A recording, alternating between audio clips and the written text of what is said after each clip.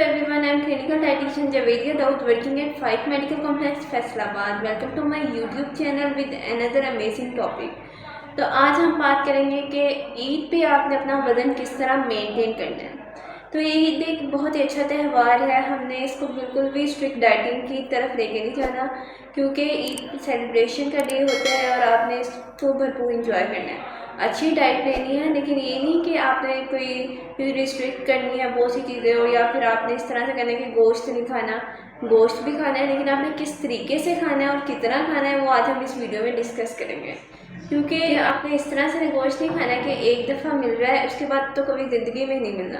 क्योंकि आप लोग ईद के मौके पे इस तरह गोश्त खा रहे थे कि फ्री में मिल रहा है, आप इसको जितना मर्ज़ी खा लें, और उसके बाद क्या होता है कि हॉस्पिटल्स में इतना रश हो जाता है, इतनी डिजीज़ के साथ कि स्टमक प्रॉब्लम इतने ज़्यादा हो जाते हैं, हीट स्ट्रोक हो जाता है, और भी बहुत सी ऐसी बीमारियाँ हो जाती हैं जिसकी वजह से आप ईद के फ़ौरन बाद ही हॉस्पिटल विज़िट कर रहे होते हैं।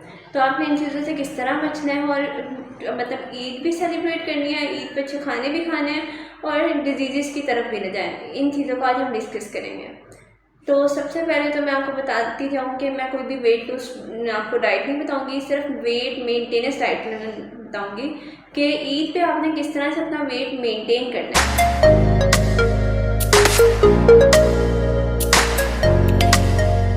तो ईद के मौके पे इस तरह से करते हैं कि नाश्ते में भी गोश्त खा रहे हैं, लंच में भी गोश्त खा रहे हैं और डिनर में भी गोश्त ही खा रहे होते हैं। इस तरह नहीं करना आपने, ठीक है। सबसे पहली बात तो नाश्ते में जब आप गोश्त खाते हैं, वो जो प्रोटीन उसमें होती है वो आपको डाइजेस्ट नहीं होती, आपका स्टमक डाइजेस्ट ही नहीं कर पाता उस प्रोटीन को ब्रेकफास्ट में।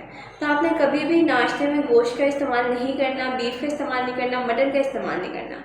आपने हमेशा दूसरे ऑप्शंस की तरफ जाना है ब्रेकफास्ट के, क्योंकि आप ब्रेकफास्ट में अगर लाइट नाश्ता कर लेते हैं तो इसमें क्या होता है कि आप नेक्स्ट जो मील्स होते हैं उसमें आप किसी भी किस्म की दावत पर भी जाएँ तो आप उसको अच्छे तरीके से अटेंड कर सकते हैं और आपको कोई इशू भी नहीं होगा। तो ब्रेकफास्ट में आपने कोशिश करनी है फ्रेंच टोस्ट की तरफ जाएँ। तो उसको फ्रेंच टोस्ट को इस तरह से बनाएं कि आप उसमें स्टीविया ऐड करें, अंडा ऐड करें, थोड़ा सा दूध चाहे ऐड कर सकते हैं, और एक चुटकी दालचीनी का पाउडर। तो इस तरह से आप फ्रेंच टोस्ट बनाएंगे तो एक हेल्थी ऑप्शन भी और आपको डिजीज से भी बचाता है। क्योंकि हम इसमें दालचीनी की एडिशन कर रहे हैं तो इंसुलिन रेजिस्टेंस को भी कवर करेगा और आपके वेट मेंटेनेंस में भी हेल्प आउट करेगा। अगर आपको नाश्ते के 2 से 3 घंटे बाद थोड़ी सी भूख लग जाती है तो आपने क्या करना है, थोड़े से दूध में आपने थोड़ी सी सेवइयाँ ऐड करके आपने वो खा लेंगे। उसमें आप स्टीविया ऐड करेंगे, चीनी का इस्तेमाल नहीं करेंगे। या तो आप शक्कर का भी इस्तेमाल कर सकते हैं, लेकिन शक्कर हेल्थी ऑप्शन है लेकिन उसमें कैलोरीज होती हैं, तो इस सबसे बेहतरीन ऑप्शन होता है कि आप स्टीविया की तरफ जाएँ। और अगर हम बात करें कि ईद के मौके पे आप किस तरह की फिजिकल एक्टिविटी करें कि आपका जो वेट है वो भी मेंटेन रहेगा और आपको जो गोश्त हो वो भी डाइजेस्ट हो जाए ईजीली। तो आपको मैं ये नहीं कहूँगी कि आप ईद के मौके पे सुबह सुबह उठ के दौड़ना शुरू कर दें, वॉक करना शुरू कर दें, इस तरह की फिजिकल एक्टिविटी करें। आपने क्या करना है कि आपने जब बेड से उठना है, बेड पे 10 मिनट आपने बैठे रहना है। उठने से पहले आपने उसमें क्या करना है कि गहरे सांस लेने हैं उठ के, ठीक है। गहरे सांस लेने 10 मिनट, तो अगर 10 से 15 मिनट आप लेते हैं गहरे सांस तो आपको ऐसा लगता है कि आप कहीं से भाग के आए हैं, ठीक है। तो ये योगा की तरफ भी जा सकता है और आपकी हेल्थ भी मेंटेन रखते हैं, ठीक है। तो आपने इस तरह से अपनी जो फिजिकल एक्टिविटी है वो लेके चलना, ताकि आपका जो प्रॉपर डाइजेशन का अमल है वो प्रॉपरली गो थ्रू हो। तो उसके बाद हम बात करते हैं कि लंच में क्या होना चाहिए। तो लंच में आपको ये घर कोई भी अगर सालन बना, लाइक गोश्त का किसी भी किस्म का सालन बना है, तो आपने उसको किस तरह से पोर्शन साइज उसको कंट्रोल करना है। आपने इस तरह से उसका पोर्शन साइज कंट्रोल करना है कि आपने प्लेट के 4 हिस्से करने हैं, ठीक है। 2 हिस्सों में आपकी सैलड होगी, एक हिस्से में आपको गोश्त का कोई भी सालन होगा। ये नहीं आपने करना है कि एक ही वक्त में आपने इतने सारी वैरायटीज़ बनानी है गोश्त की और आप उसको लेते जा रहे हैं, ठीक है। ये गलत है। एक टाइम पे एक ही डिश बनाएं। अगर चावल बनाए हैं तो 10 से 12 टेबल स्पून आप ले सकते हैं, इससे ज़्यादा नहीं। साथ में आपने थोड़ी सी 1 से 2 बोटियाँ लेनी हैं और उसके साथ आप दही का रायता इस्तेमाल करें। दही के रायते में अगर आप पुदीने की चटनी डालते हैं तो आपके डाइजेशन में बहुत अच्छा हेल्प आउट करता है। इस तरह से आप अपनी प्लेट बनानी है। और अगर आप ये कहना चाहेंगे कि हम सैलड का इस्तेमाल ईद के मौके पे भी करें, कच्ची सब्जियों का इस्तेमाल हम ईद के मौके पर करेंगे तो अच्छी बात लगेगी, तो आप क्या कर सकते हैं, आप चना चाट के इस्तेमाल कर सकते हैं, लोबिया चाट के इस्तेमाल कर सकते हैं। डिफरेंट चाट्स होती हैं, आपने ज़रूरी नहीं है कि कच्ची सब्जियाँ ही खानी हैं। कच्ची सब्जियों में आप इस तरह की चाट बना के ऐड कर सकते हैं और ये आप खा सकते हैं, ठीक है। ये आपके 2 पोर्शन हो जाएंगे सैलड के, 1 पोर्शन आपका चावल या रोटी का हो जाएगा और 1 पोर्शन आपकी जो सालन बना होगा उसका हो जाएगा। तो उसके बाद एक और जो बहुत ज़्यादा कॉन्सेप्ट है, बहुत ज़्यादा इन है चीज़, वो ये है कि हमने खाने के साथ बोतल का इस्तेमाल लास्ट में करना है।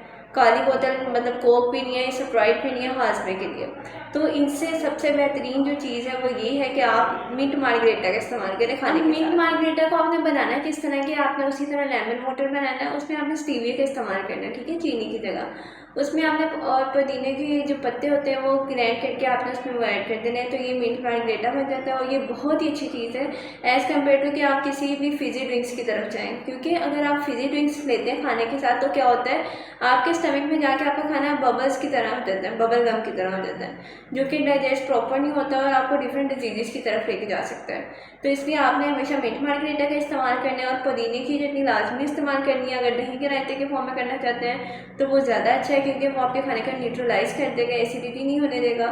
तो ये बहुत ही अच्छी चीज़ें हैं, आप इनको साथ लेके चलेंगे तो आप कभी भी डिजीज़ की तरफ नहीं जाएंगे। और जो शुगर पेशेंट है उन्होंने क्या करना है कि चिया सीड का भी इस्तेमाल कर लेना है मिंट मार्गरेटा में, तो ये बहुत अच्छी चीज़ होगी उनके लिए, क्योंकि उनको फाइबर भी मिलेगा और उनकी डायबिटीज़ भी कंट्रोल रहेगी। और जितने भी कोलेस्ट्रॉल के पेशेंट हैं, हाइपरटेंशन के पेशेंट, उन्होंने कोशिश करनी है कि जो विजिबल फैट होगी, मतलब गोश्त में जो विजिबल फैट होगी उसको अच्छे तरीके से रिमूव करवाना है, ताकि आपको किसी भी किस्म के इश्यूज़ ना आए कोलेस्ट्रॉल या ब्लड प्रेशर हाई होने के।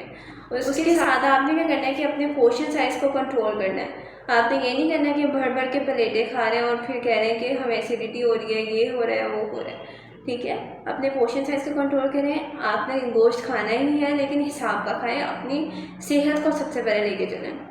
उसके बाद बारी आती है आपके डिनर की, तो डिनर में कोशिश करें कि गोश्त की तरफ ना जाए। एक टाइम खाना है, लेकिन ये नहीं है कि हर तीनों टाइम आपने गोश्त ही खाना है। अगर ज़्यादा ज़रूरी है और चावल बने हुए हैं, मतलब अगर आप रोटी खा रहे हैं लंच में, तो आप डिनर में चावल की तरफ जा सकते हैं। चावल का पोर्शन आपने कंट्रोल साइज में लेना है, लाइक आपने 10 से 12 चम्मच से ज़्यादा आपने चावल का इस्तेमाल नहीं करना। उसी तरह सैलड इस्तेमाल करनी है, साथ में दही का रायता और पुदीना इस्तेमाल करना है। तो इस तरह से आप अपनी जो फिज़िकल एक्टिविटी को भी लेके जा सकते हैं योगा की फॉर्म में, जो मैंने आपको बताया कि सुबह उठ के किस तरह से आपने करनी है, और उसके बाद अपनी पोर्शन साइज़ को किस तरह कंट्रोल रखना है वो भी मैंने आपको बताया। तो अपनी जो डाइट है वो इतना आपने प्रॉपर्ली मेंटेन करनी है, अपना वेट बढ़ने नहीं देना। ये नहीं कहूँगी कि लूज़ करना है, वेट बढ़ने नहीं देना, जितना आपने लूज़ किया सारा साल उसको उतना ही रखना है। ये ना हो कि ईद के मौके पर वो सारी जो पूरा साल मेहनत की होती है वो आपका बिल्कुल ज़्यादा चली। तो ये था ईद के रिलेटेड डाइट प्लान कि किस तरह से आपने ईद के मौके पे अपना जो वज़न मेंटेन करना है। और लास्ट में आपको एक ड्रिंक बताऊंगी कि आपने रात को सोने से पहले एक ड्रिंक पीनी है, जिसमें आपने पुदीना, 2 इलायची और 1 चुटकी सौंफ डाल के आपने एक कावा बनाना है, और उसको 1 कप आपने लाजमी पी के सोना है, ताकि आपका डाइजेशन का प्रॉपरली जो प्रोसीजर है वो गो थ्रू हो और किसी भी किस्म का इशू ना आए आपको।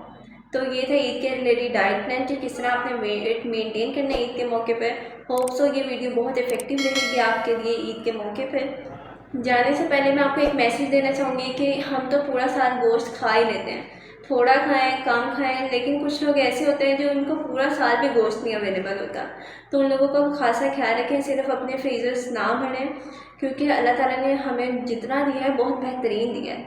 अपने से नीचे देखें और ये कुर्बानी को कुर्बानी ही समझें, ये ना समझें कि आप कि पता नहीं गोश्त मिल गया तो हमने ही खाना है और पता नहीं अगली दफ़ा मिलना है कि नहीं मिलना। अल्लाह ताला हम पे बहुत मेहरबान है, बाकी लोगों का एहसास करें। ईद कुर्बान हमें कुर्बानी देना ही सिखाती है।